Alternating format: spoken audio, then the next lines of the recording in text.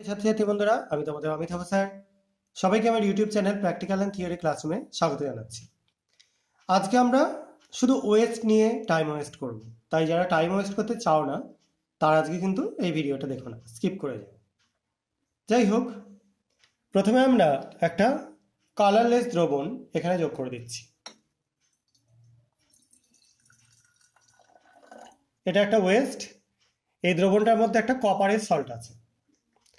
এরপর এর মধ্যে আমরা যোগ করে দিচ্ছি অ্যাসিডিফাইড আয়রন সল্ট।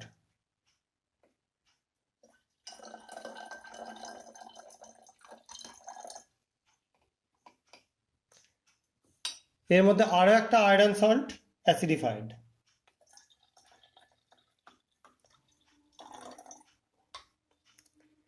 তিনটি অ্যাসিডিফাইড সল্ট যোগ করা হলো।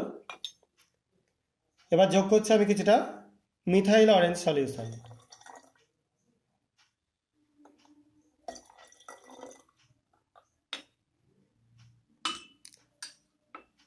এরপর আরো কিছুটা মিথাইল অরেঞ্জ সলিউশন যোগ করে দিচ্ছি। এগুলো সবই কিন্তু ওয়েস্ট। এরপর আয়রন ফেরোসায়ানাইড।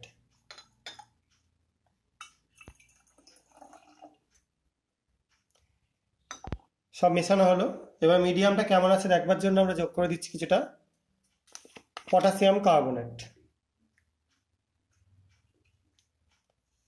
দেখতে পাচ্ছ এভারভেসেন্স উঠছে, তাই মিডিয়ামটা পুরোপুরি অ্যাসিডিক।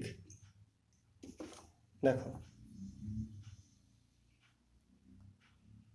নিচের দিকটা দেখতে পাচ্ছ, আস্তে আস্তে কালারটা প্রথম দিকে ছিল বিশেষ টাইপের একটা রেডিশ কালার, সেটা থেকে আস্তে আস্তে অরেঞ্জ হয়ে যাচ্ছে।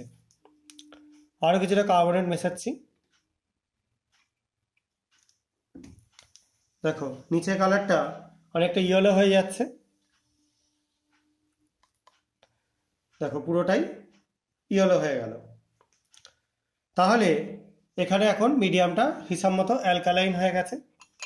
আমরা কিছুটা পটাশিয়াম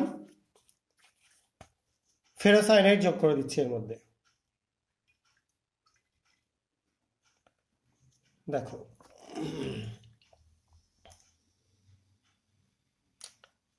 ইয়েলো কালারটা আরো স্প্রেড করে যাচ্ছে। দেখো আর একটু ডার্ক হয়ে গেল, দেখতেই পাচ্ছ আগের থেকে কালারটা চেঞ্জ হয়ে গেছে। আমি আরো একটুখানি যোগ করে দিচ্ছি কার্বনেটের স্যাম্পল। দেখো ভেতরে একটা ইমালশন তৈরি হয়ে যাচ্ছে, দেখতে পাচ্ছ। মেনলি এখানে হাইড্রক্সাইড তৈরি হয়েছে বেশ খানিকটা। আমি আরো কিছুটা আয়রনের সল্ট যোগ করে দিচ্ছি।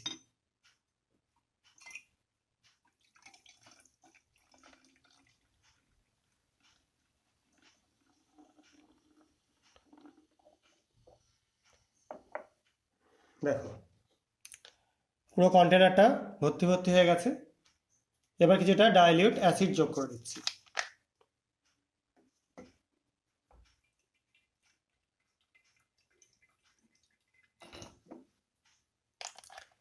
দেখো যে জায়গায় যোগ করছি সেই জায়গা কিন্তু আস্তে আস্তে আবার সেই অরেঞ্জ হয়ে যাচ্ছে, কমলা হয়ে যাচ্ছে। এবার আমরা একটা গ্লাস রড নিয়ে নিচেটা এরকম করে মিশিয়ে দিচ্ছি। অ্যাসিডটা দেখো আস্তে আস্তে স্প্রেড করছে এবং হাইড্রক্সাইডের যে লেয়ারগুলো সেগুলো আস্তে আস্তে ডিজলভ করে দিচ্ছে।